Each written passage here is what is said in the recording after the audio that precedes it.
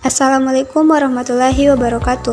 Hai teman-teman, perkenalkan saya Vivi Alvira dari D3 Teknologi Laboratorium Medis.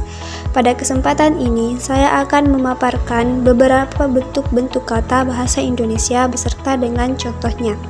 Langsung saja. Kata benda, contohnya kucing, padi, piring. Kata sifat, contohnya cantik, rindu, dingin. Kata kerja, contohnya makan, baca, tulis. Kata keterangan, contohnya pagi, halaman, besar. Kata bilangan, contohnya satu, pertama, beberapa. Kata ganti, contohnya saya, mereka, siapa. Kata tugas, contohnya sejak, tanpa, itu, pun. Selanjutnya,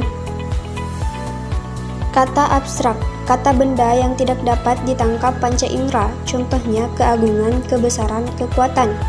Kata konkret, kata yang memiliki makna atau acuan yang bisa dirasakan, didengar, dilihat, contohnya besi itu keras. Kata ilmiah, kata yang bisa digunakan oleh kalangan tertentu dalam situasi tertentu, contohnya tidak mampu. Selanjutnya, kata umum, kata yang digunakan dalam penyusunan kalimat memiliki makna lebih luas, contohnya makanan, rumah ibadah.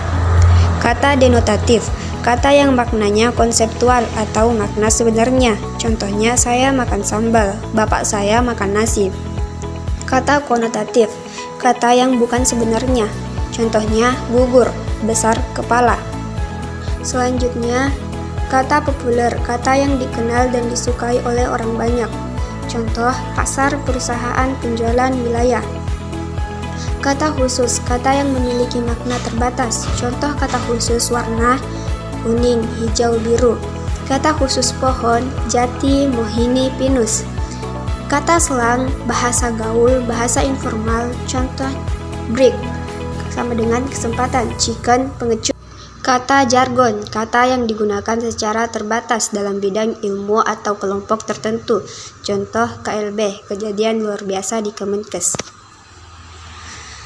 Selanjutnya, kata prokem, ragam bahasa tak baku yang dipakai di Jakarta pada tahun 70-an. Contohnya bokap gue, nyokap gue. Kata sinonim, persamaan dua kata atau lebih. Contoh masalah, perkara, adjektif sifat, akselerasi, percepatan. Kata antonim, kebalikan dengan makna lain.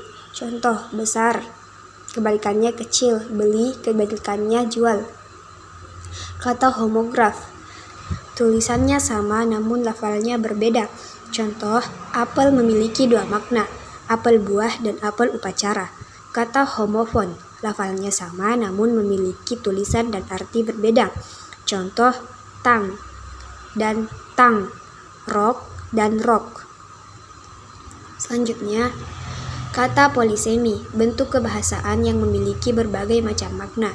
Contohnya, kata anak, artinya yang pertama, keturunan, kedua, manusia yang masih kecil, ketiga, binatang yang masih kecil. Kata sinestesia, perubahan makna dalam kata yang mengalami pertukaran makna. Contohnya, dia sangat kenyang, makan asam garam, hidup. Kata peyoratif, perubahan makna kata menjadi lebih rendah. Contoh, gerombolan pembajak kaki tangan. Kata amelioratif, bersifat memperbaiki, contohnya tunawisma, tunawicara. Kata nomina, sebuah kata yang dibendakan, contohnya ibu kota, tukang jahit, rumah bagus. Selanjutnya, kata nominal, kalimat yang predikatnya menggunakan kata benda, contoh, itu meja guru, HP kamu bagus sekali. Kata verba, kelas kata yang dipakai untuk menyatakan suatu tindakan, pengalaman, pengertian dinamis, keberadaan, dan sebagainya. Contohnya, baca, tulis. Kata adjektiva, kelas kata yang mengubah nomina atau pronomina membuatnya menjadi lebih spesifik. Contohnya, keras, jauh, kaya. Kata majemuk, kata yang terdiri dari gabungan dua kata yang menimbulkan suatu kata baru. Contohnya, rumah sakit, meja makan, kepala batu. Kata depan memiliki posisi depan sebelum kata benda, kata kerja, dan keterangan lainnya. Contohnya dibeli, dibawa, dilepas, keluar, kelepas, ke bawah. Kata konjungsi, kata sambung atau kata penghubung dalam sebuah kalimat atau paragraf. Contohnya, dan, lagi, serta, lagi pula. Terima kasih. Sekian pemaparan beberapa bentuk-bentuk kata bahasa Indonesia dari saya. Lebih dan kurangnya mohon dimaafkan. Assalamualaikum warahmatullahi wabarakatuh.